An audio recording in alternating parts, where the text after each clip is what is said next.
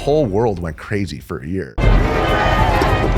The media is supposed to hold truth to power. They didn't do that. We're in the middle of a pandemic. We're trying to help people do things in the smartest way. A political rally checks every box of risk. Just stay home, people. Stay home. Stay in the streets. Continue to protest. Continue to have your voices be heard. Social justice over social distancing, we understand that. When I was working at MSNBC, I saw the scripts. The way in which Americans were receiving news about what was going on was based upon an actual literal script. Trump was not a disease, he was a symptom, and he actually picked up on a lot of the discontent that Americans had. All right, today on The Resilient Show, we have Richie McGinniss, a journalist, a video director, and a guy who's been on the front line of some of the most defining moments in recent American history. I'm in between the protesters and the police. That was always my job, was get in the middle of it and just show people what's going on.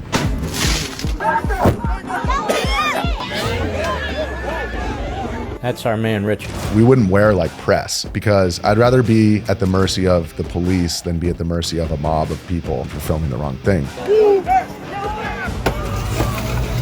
This is actually my first night in Portland. I'm literally live on Facebook to the Daily Coloradians. So I'm in between the two groups, and this DHS officer from behind his gas mask aims the tear gas launcher right at me. It's like that breech-loaded 40 millimeter. So what they're supposed to do is fire the tear gas shells off the ground to reduce the velocity. Yeah. But he loads it and he aims it at me, and I just shake my head like, no, don't do it. And he just blasts me in the arm. And so my arm splits open and my phone falls on the ground, and I'm swearing live and very unprofessional, but it was dire circumstances. And so I'm bleeding, and I go to pick up my phone, and the guy must have reloaded and picked it back up, because I looked back up when I picked up my phone and he had it aimed back at me and not shooting it off the ground, and he blasted me in the leg. I got shot with hundreds of pepper balls over the course of the week that we were there. Yes, sir. You've worked with some of the biggest names in media: Mark Levin, Tucker Carlson, I don't say MSNBC's. Al Sharpton. Yeah. Al Sharpton? I served him as tea and toast. I was his PA. Yeah. Look, right now you're a really conservative dude. You started off on really left wing. Well, I showed up in DC in 2008. Barack Obama had promised to pull all the troops out of Iraq by 2010. As a candidate for president, I pledged to bring the war in Iraq to a responsible end. So I was knocking on doors for Obama in Virginia. I was an 18-year-old kid, idealistic. Over the course of the next 8 years, I witnessed him perpetuate a lot of the same policies that the neocons had implemented in the Middle East. And that was an eye-opening experience for me, because I went from idealistic to jaded. I realized, it was all the same gravy train chugging along the same track, regardless of whether it was red or blue. There's something that Mark Levin said particularly or that you observed that made you have a shift in your ideology? I remember exactly when it was. It was in March of 2017 when Trump tweeted about the wiretapping in Trump Tower.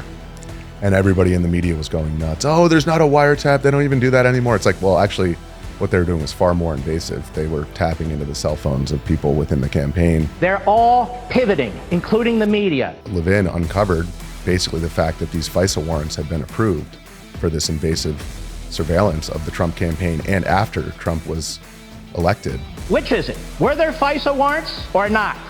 Now, if there weren't, why didn't you report that weeks ago?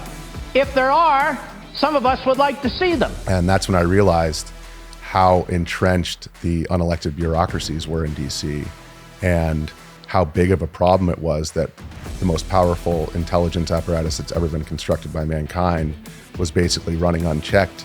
Furthermore, they were actually spying on the guy who had just won the presidency. And that was the moment when I realized that, that was Barack Obama, the guy who I had been campaigning for. That was his administration who was doing that. And that was, I think, the moment when I was like, okay, this is very real, and this is not okay. Yeah. This isn't the America that I thought I lived in. The fact that Trump voters were also Obama voters was impossible for the media to figure out, because they had this narrative that Trump was also a racist. He wasn't a racist when Jeff Zucker, then the head of NBC Entertainment, picked up Trump for The Apprentice and rode the coattails of the success of that show. And I cover in the book the third day I was at MSNBC, literally my third day at work. I guess I had an inkling of an instinct of what was going on before I got to live in, because Jeff Zucker came down. It was his last 2 months working at NBC. He went to CNN right after that. He was going on about Rock Center, which was hosted by Brian Williams, about how it was going to be the millennial 60 Minutes. And back then, the millennials were like Gen Z now. They were the young demographic. And he kept on saying, we're going to use what's trending to inform our news decisions. Trending. He kept saying trending. And it was like an electric shock. He said, does anyone have any questions?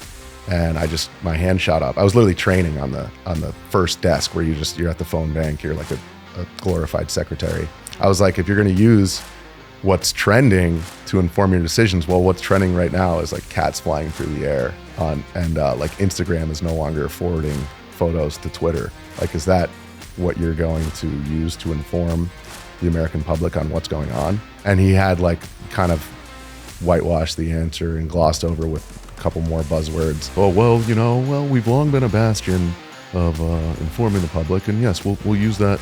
And it was such a BS answer that from that moment on, it was very clear that I was like working in a candle factory and electricity had just been invented. And cable news and print media had a certain way of operating. And if you look at the latest election, Trump really capitalized on new media, like podcasts like this. You've got these little cameras that are doing what a giant broadcast camera used to do. And that's also what we capitalized on during the protests and riots in 2020.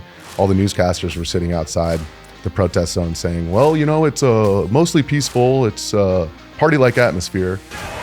And they had these huge cameras, and we were like a young team. We were nimble, and we're like, we're just going to go in there with our cell phones, hang out, ask people what's up, what's going on, and show the American public what's happening without commentary. I'm not a peacock. That's a flightless cocky bird at NBC. Pigeon just delivers the message from the streets straight to the people, no corporate interference.